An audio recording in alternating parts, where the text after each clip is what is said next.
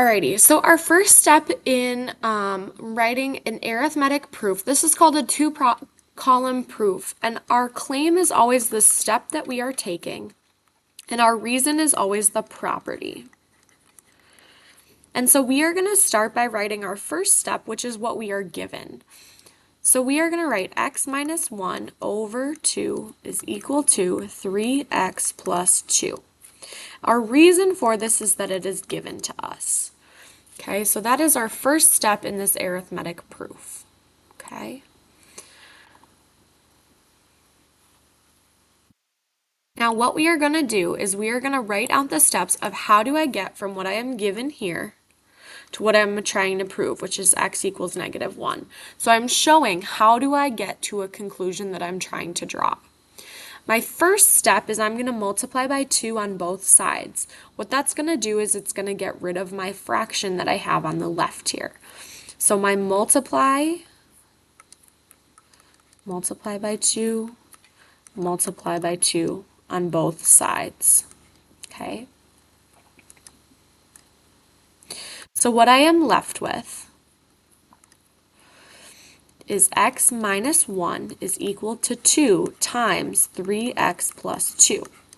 The reason I was able to do that is because of the multiplication property. So I write multiplication. Next, what I'm going to do is I'm going to do my distributive property. I'm going to multiply out my 2 in front of the parentheses by everything inside the parentheses. So I have x minus 1 is equal to 6x plus 4. And my reason for that was the distributive property. So I write distributive. Next, I want to get my x's on the same side of my equation. So I'm going to subtract x on both sides.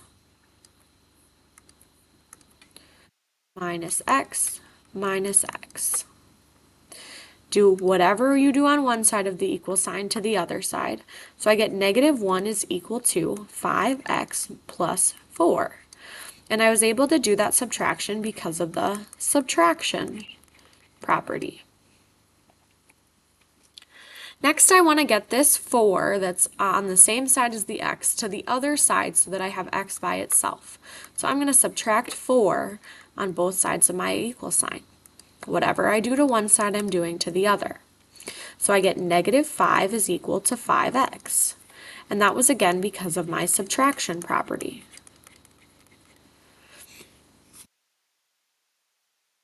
Now remember, my goal is to get x is equal to negative 1.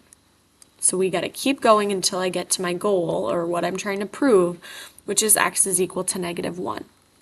Now I have a 5 and an x that are touching each other, which means that they are multiplying.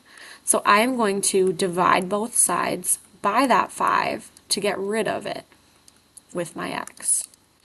So I am left with negative 1 is equal to x by division property.